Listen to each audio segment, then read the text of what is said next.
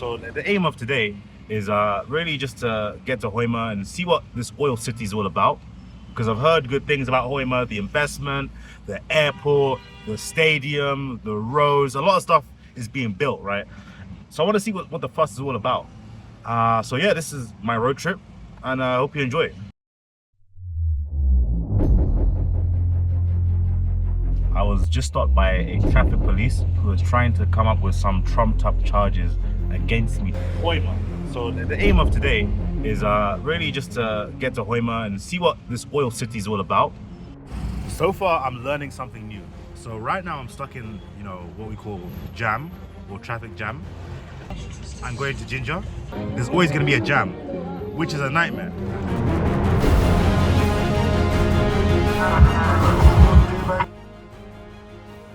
Look at this, look at it, look at it. That's from the road. The road has been quite messy, quite a lot of dirt, water, messed up my car, but hey, it's the price you gotta pay for doing road trips in Africa, right?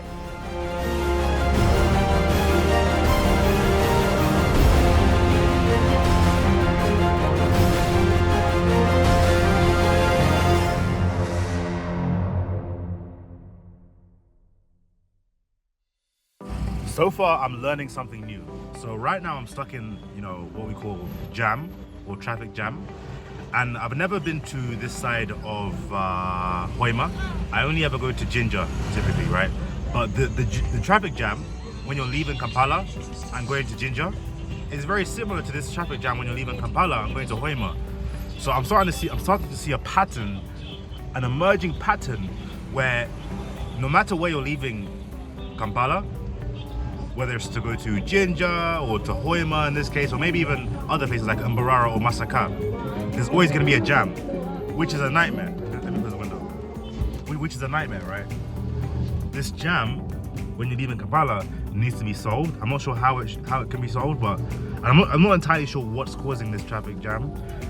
But yeah, this is a problem that's consistent with many other travel routes.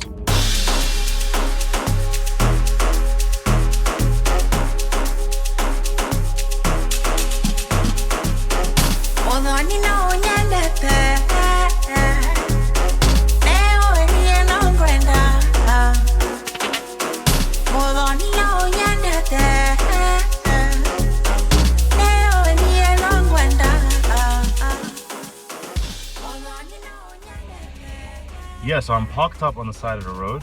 I was just stopped by a traffic police who was trying to come up with some trumped up charges against me, talking about, you need to have a reflector and hazard lights and stuff like that. I have, a reflector in my car and hazard lights, but he's trying to say, you need to have the specific triangles that you can put on the road in case your car breaks down. And he's basically trying to trying to bend the law a bit to get me to pay the thing. But because obviously I was using ChatGPT to research the thing, I was confident that this guy was just talking nonsense. So I didn't fold, I didn't pay anything. And eventually he just gave up and just gave me my driving license back, which is over here. Hopefully you didn't say any sensitive information. But anyways, long story short, I'm trying to do my road trip in peace, but traffic police, even though I've got my license, I've got everything, they're trying to disorganize the thing. So road trips in Africa with hungry traffic police are not straightforward. That is an issue.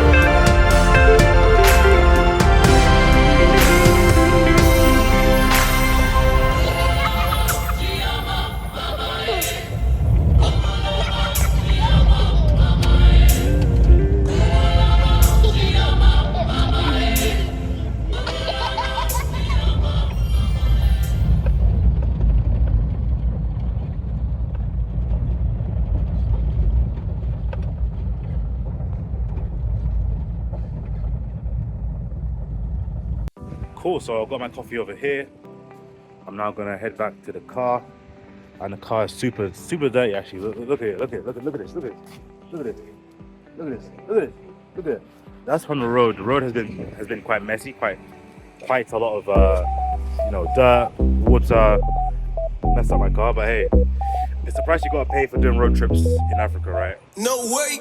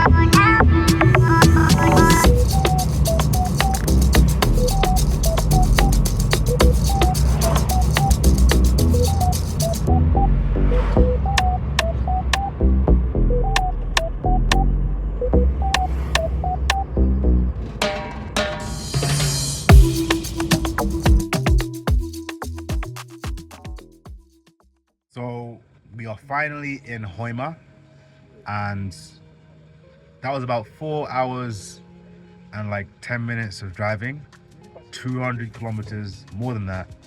And I am knackered, I'm tired. I was tired before I began, right? But I'm tired, even more tired now. But I've still got a few more things to do. Got to catch up with a friend who lives in Hoima. I've got to do some sightseeing because obviously I'm not trying to waste my opportunity to see Hoima.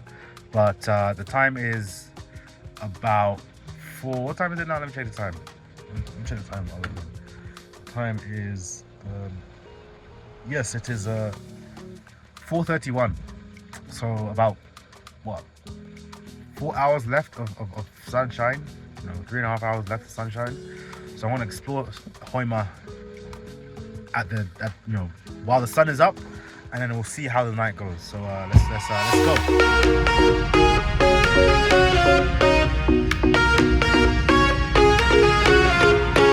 You got me begging, pretty please. I'm so hung up on you. I couldn't tell you what it feels like, but I sure think you do. Where do you go when your glass ends up empty? Oh, I wanna know. Won't you let me know? Where do you hide when you leave me wasted? Oh, I wanna know. We're only lovers when we count down. Tell me when to stop. Tell me when to stop, babe. Just keep on dancing like we're not bound. Lovers on the clock. I'll be ready when we go down. Hoima is very, very organized, very clean. It strikes me as Kigali in a way. This is the second reason I think that Hoima is a bit like Kigali. So in Kigali, the streets are quite clean, and also in Kigali, there's a bunch of hills. So in Hoima, there's a bunch of hills, noticeable hills as well around the city. So yeah, that's just my first impression. Obviously, it's not as clean as Rwanda or Kigali, but it's definitely cleaner than a lot of other Ugandan towns, I'd say. See this, for example. You can see the hills right off there in the distance. It's quite I usually see this in Kigali, just a bunch of hills in the distance. So that's why I'm getting that vibe of Kigali, Rwanda, inside Uganda. construction going on in Hoima. I've only been here for about 5 minutes, but I can see that there's several different buildings, not just this one, of course, that are under construction. So there's quite a lot of active development going on. I can see it, even though I'm literally just got here. So yeah, it's quite interesting.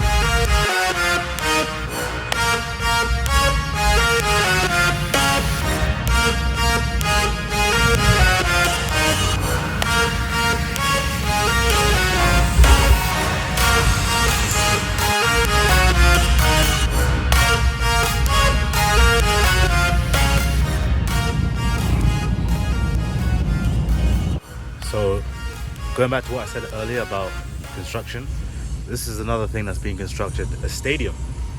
So, it seems like Hoima is the place to be when you're, investing in Uganda. There's a lot of construction going on, a lot of development going on. So it's worthwhile to just come by and see what you can build yourself.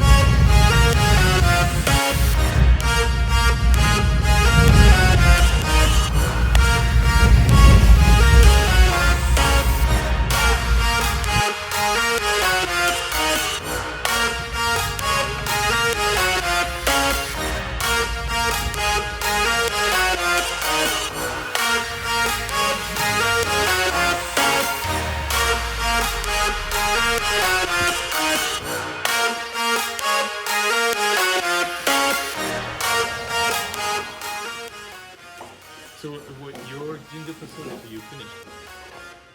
It's almost done actually.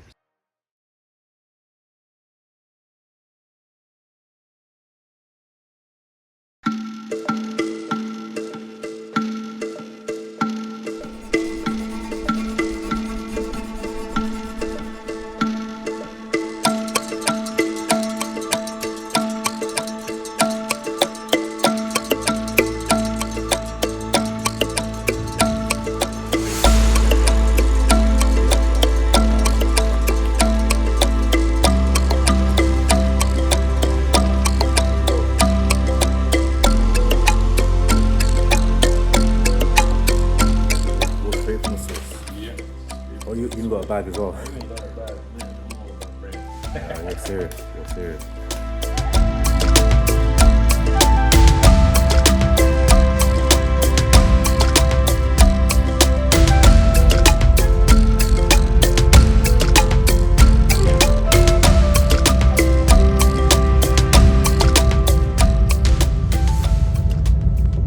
Yeah, so I finally stepped out in Hoima after a long day of driving to Hoima, meeting a friend, and then driving back to Hoima. All in all, I've been driving for probably 6-7 hours in total today, and I've finally gotten a chance to get some food. But so far, my experience with Hoima has started to go downhill because they don't have a restaurant called Java House or Cafe Javas, which is very common in Uganda. Even where I'm from in Jinja, even in Kenya, Nakuru, Naivasha, they have at least a Java house. But here they haven't got a Java house, they haven't got a Cafe Javas. So I have to now start gambling and trying different restaurants that I'm not even sure are certified. So really, because I'm hungry, I haven't eaten all day, I was looking forward to at least having food that I'm familiar with. I won't get I don't get the opportunity, so I want to have to try this place called Sunshine that people have recommended. Because I had to actually just ask people on the street, yo, do you have a Cafe Javas or Java House? They said no, and I asked them what is the equivalent? They said Sunshine. So okay, I want to go to this place called Sunshine, and I want to see what it's like. Let's go.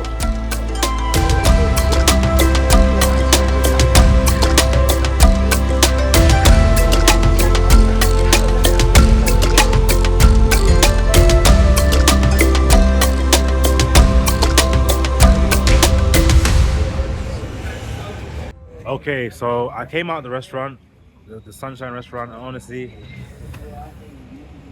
3 out of 10. It was a 3 out of 10. Definitely not even a replacement for Java House or Cafe Javas. I don't know how that came about.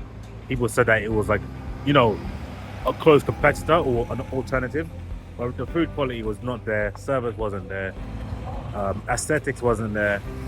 But I mean, they tried, and what this really taught me is that in Hoima, rather than seeing this as an issue, see it as an opportunity. So if you're in the hospitality business or the catering business, restaurant business, there's a massive opportunity here in Hoima for you to fulfill the unmet needs of customers who tend to go to Java House or Cafe Javas. I want to come to Hoima, especially because they're building an airport, they're building a stadium, they're building hotels here. So now is probably the perfect time to invest in Hoima. So see this rather than as a negative review, but see this as a opportunity, right? This is an opportunity. There's a massive opportunity for new restaurants in this area. Do what you will with that information.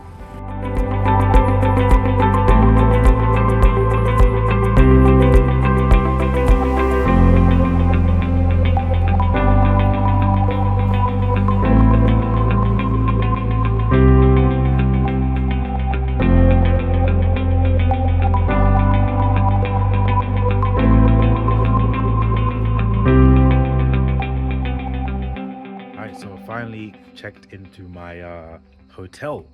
So my friend that I met earlier today gave me a recommendation of his friend who has a resort. He owns a resort here in Hoima, and he said, hey, my friend's got a resort, you should check it out.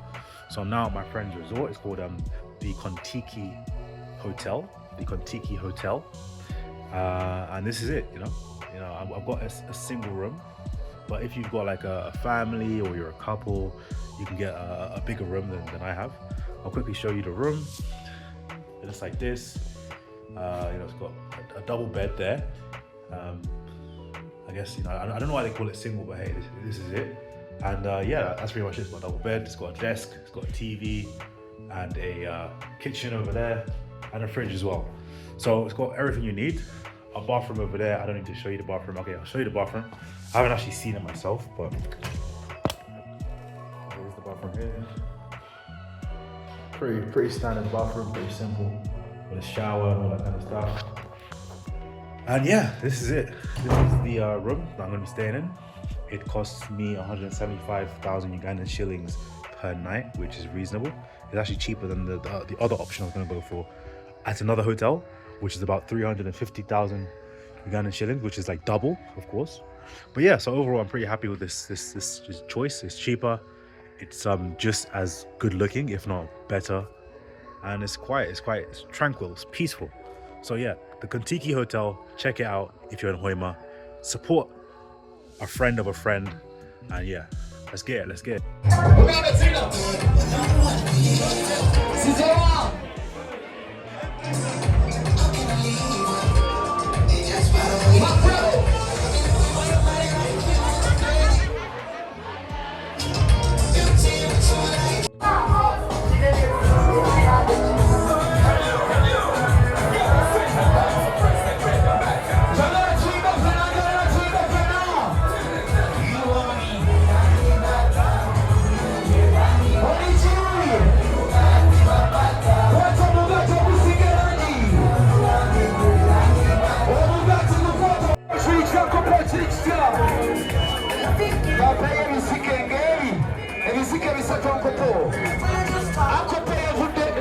Let me tell you something.